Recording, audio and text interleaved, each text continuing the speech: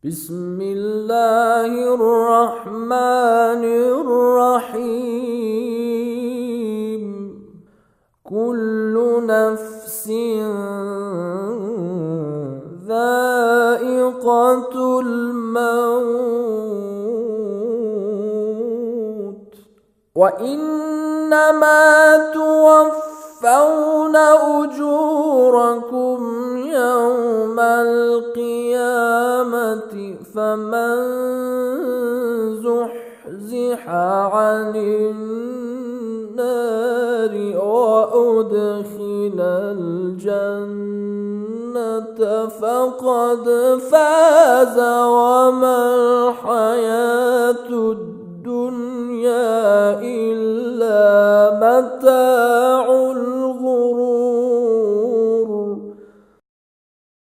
أعوذ بالله من الشيطان الرجيم. بسم الله الرحمن الرحيم. الحمد لله رب العالمين بارئ الخلائق أجمعين، ثم الصلاة والسلام على سيدنا ونبينا ومولانا وحبيب قلوبنا وطبيب نفوسنا وشفيع ذنوبنا أبي القاسم مصطفى محمد صلى الله عليه وآله أجمعين وأصحابه المنتجبين. أما بعد، قال الله تعالى في كتابه الكريم: كل من عليها فان ويبقى وجه ربك ذو الجلال والإكرام. In the name of Allah, the most beneficent, the most merciful. Respectable audience, distinguished listeners, honorable viewers, Assalamu alaikum wa rahmatullahi wa barakatuh. Today, God willing, we are going to talk about some important points which are closely related to the human being's death. So these points are rotating around this rubric from death to resurrection day. The first important point is not only the human beings, but also the rest of the creatures are subject to death. From the Holy Quranic perspective and from the Quranic parlance in perspective, we understand that all the creatures, including the human beings, are subject to death. No one and nothing save Almighty Allah would remain in this world. No one is to remain in this world forever. Everyone, once upon a time, would go from this world. So this world is mortal. This world would not remain forever. Mortality is one of the most significant characteristics of this world. So this world is subject to death, including all those who are the resident of this earth and the resident of this world. So there are various and several verses of the Holy Quran connoting this point that none would remain in this world save Almighty Allah. This very verse of the Holy Quran that I have just recited you that says, كُلُّ مَنْ عَلَيْهَا فَانٍ, everyone is subject to death save Almighty Allah. وَيَبْقَى وَجْهُ رَبِّكَ ذُو الْجَلَالِ وَالْإِكْرَامِ, only Almighty Allah, His Majesty, His Excellence, would remain with glory. Another important verse of the Holy Quran that implies this concept, that is this verse of the Holy Quran that says, كُلُّ نَفْسٍ ذَائِقَةُ الْمَوْتِ, every soul, every spirit, everyone would test the test of death. It means everyone is subject to death. No one can escape this phenomenon. As we know by our common sense, we can have this understanding that, for example, our forefathers, the very previous generations, they are not amongst us right now. They have gone from this world. So the same case can be true for us, that we would not remain in this world forever. We might remain in this world for example, 70 years, 80 years, 90 years, maximum 100 years, or 120 years. But more than that, we cannot live, or we may not be able to survive and live longer than that specific period. So the first general law and the very first common rule that we can deduce from the Quranic parlance, from the Quranic verses, that is, that all the creatures, including the human beings, are subject to death. No one and nothing save Almighty Allah would remain. So everyone, all the human beings' unique characteristic is that they are mortal. They are not going to remain in this world forever. This is first. The second most important point that today we are going to touch, that is the reality of death. Again, heavily relying to the traditional reasons, to the traditional parlance, we are of the view that the truth of the death is a kind of transition. Death is not equal or equivalent to destruction or annihilation. Death means that you're going to have a transition from this world to another particular world. It is a transitional process. It should never ever be interpreted as destruction, as annihilation, as utter, for example, decomposition. No. It is a kind of transition from this mortal world to an immortal world, into an immortal life. So, various verses of the Holy Quran and various prophetic traditions is stained by this concept that death should never be interpreted as destruction or as utter decomposition, as utter annihilation. No, death equals transition.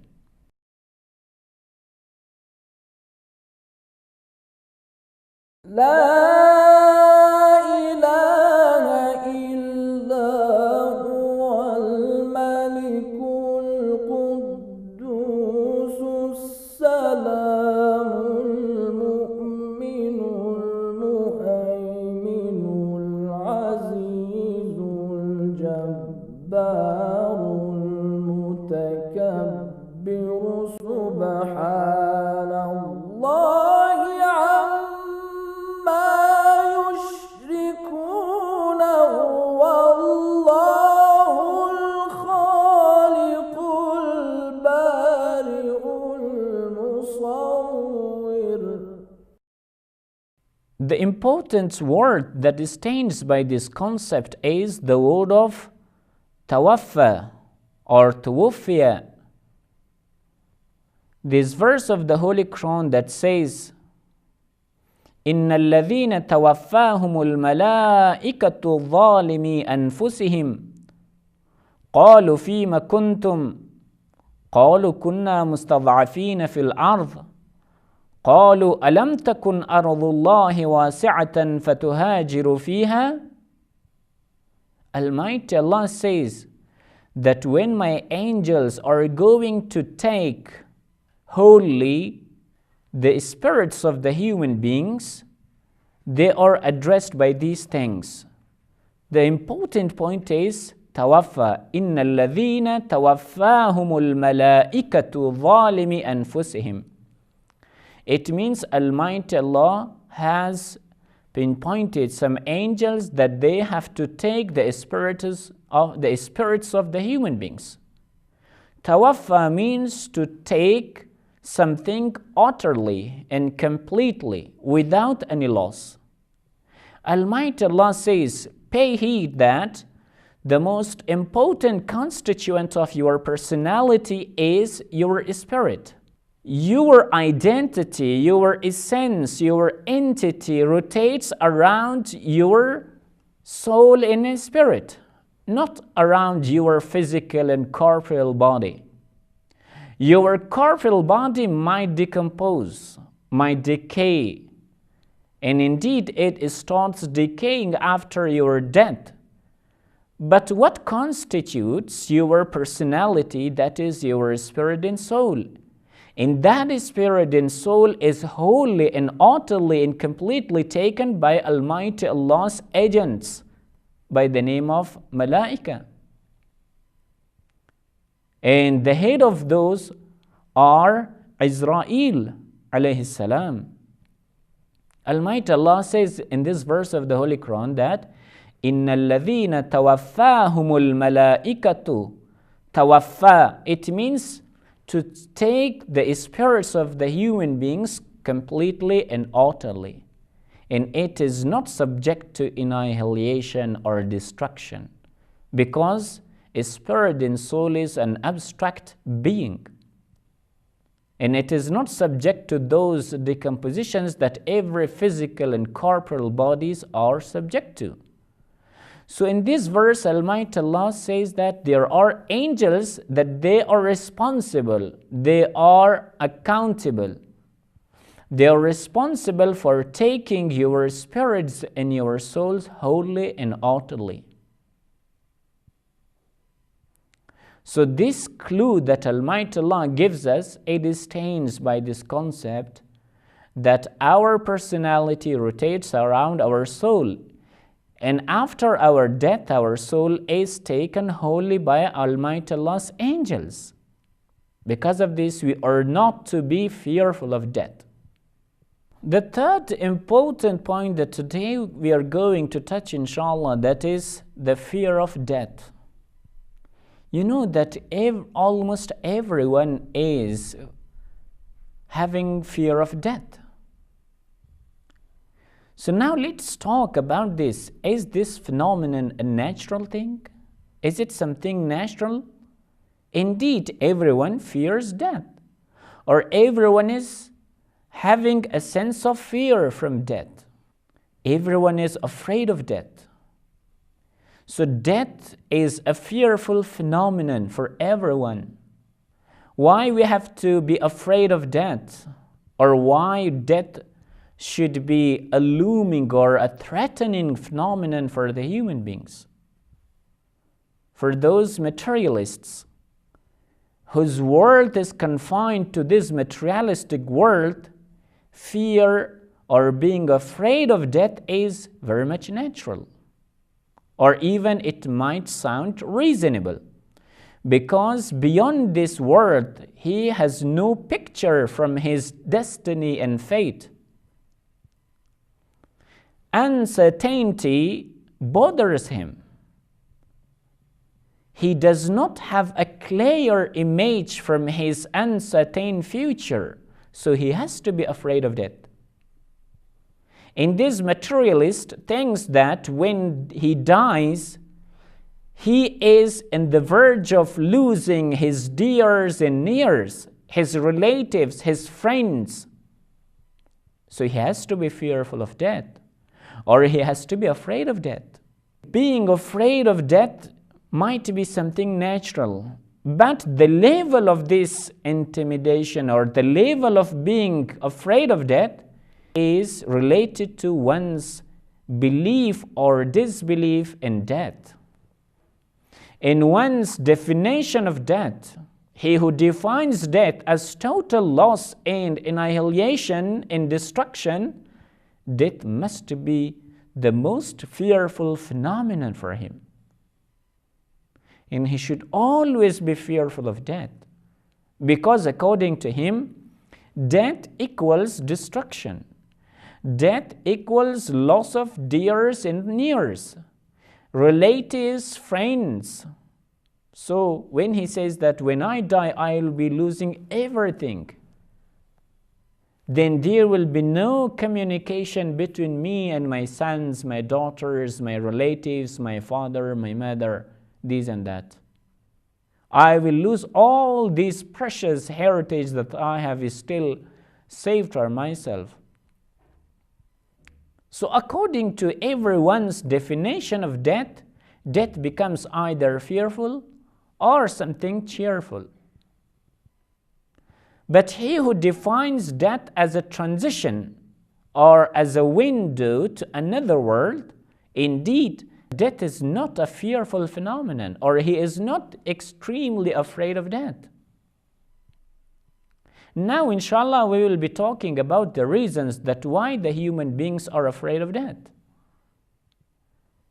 But abstractly talking, it should be mentioned that he who defines death as total loss and destruction, indeed, being afraid of death is natural for him. For he loses everything and everyone. But he who defines death as a new window to an immortal life, death is not a fearful phenomenon, and he is not afraid of death.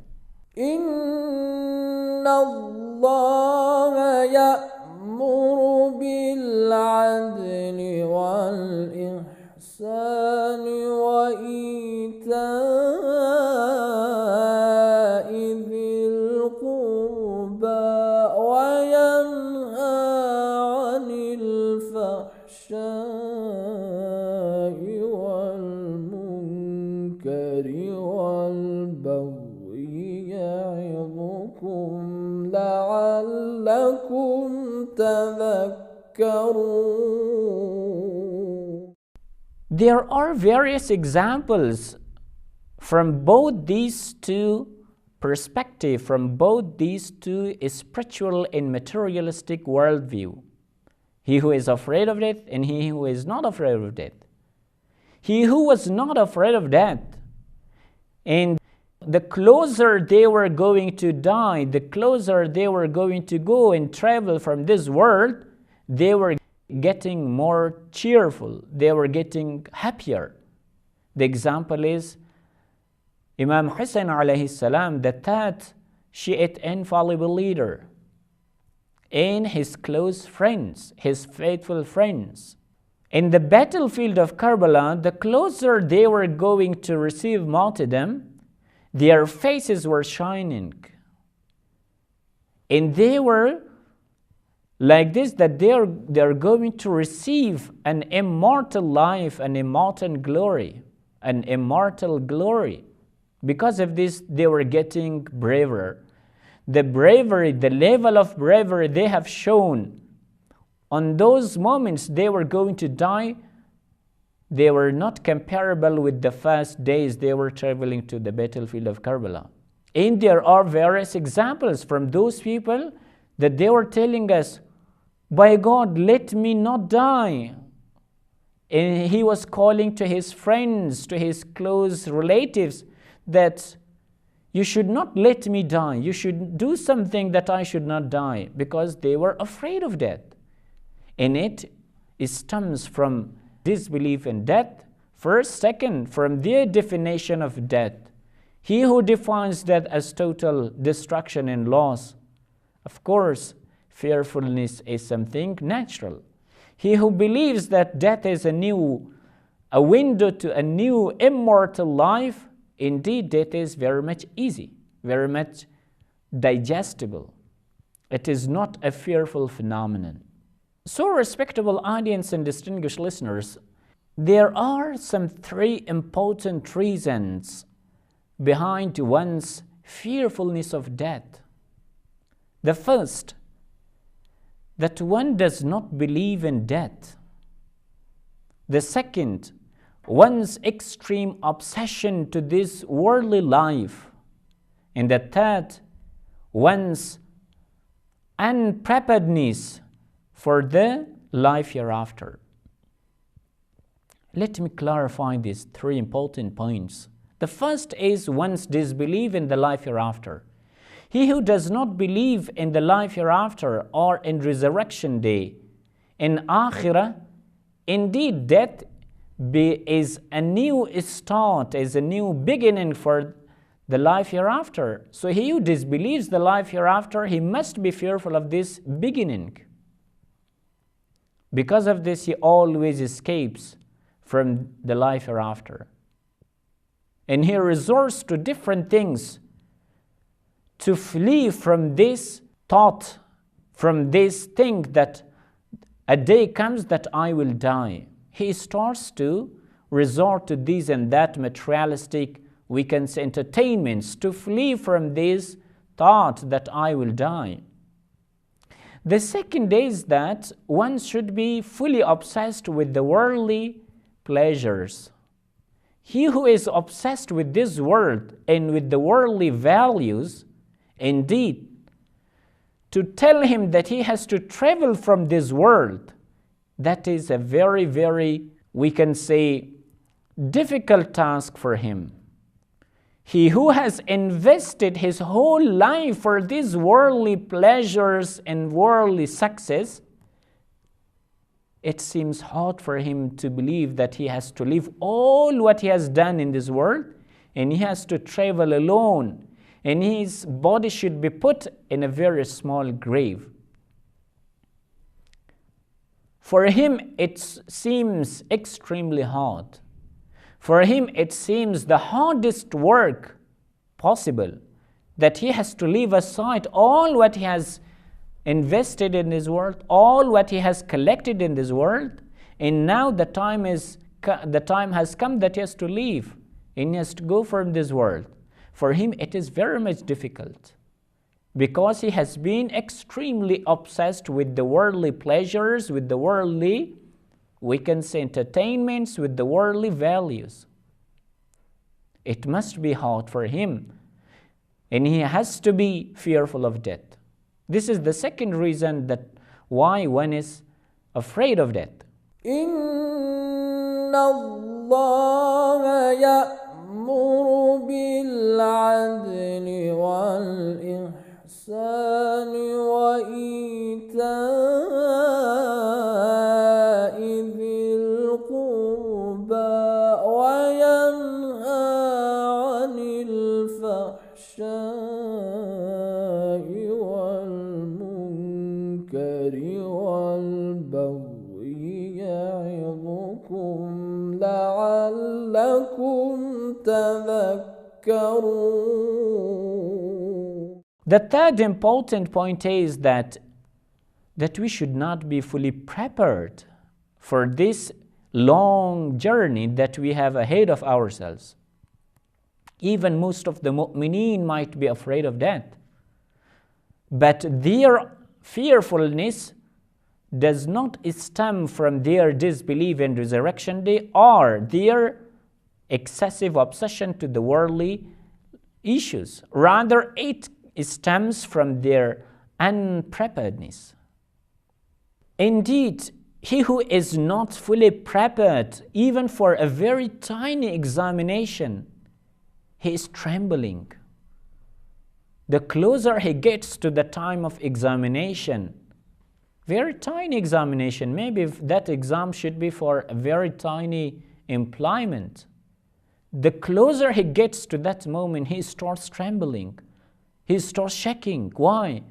Frustration comes, and there are various signs in his face and his feature that show that how stress has overcome him, that how stresses there prevailing over here. Why? Because he is not fully prepared to give positive answers to those possible questions. The same case is true for our life hereafter. The more we are not prepared for our life hereafter, the more we are not fully prepared to give answers to those decisive questions of ours, that much we will be afraid of death. And God bless those who have made themselves ready to go from this world, give positive answers to those decisive questions, and enter the paradise So indeed, for them, going from this world is very much easy and desirable. Why for most of the mu'mineen it is not a desirable phenomenon? I mean death, because they are not fully prepared to meet their Lord, to meet their Prophet, and to say that we have these answers for those decisive questions, that who is your Lord? What have you done for whole of your life? In the whole of your life, what you have done, the best deeds, have you ever done it? So indeed, being unprepared for the life hereafter, it also makes us afraid of death if we are not fully prepared.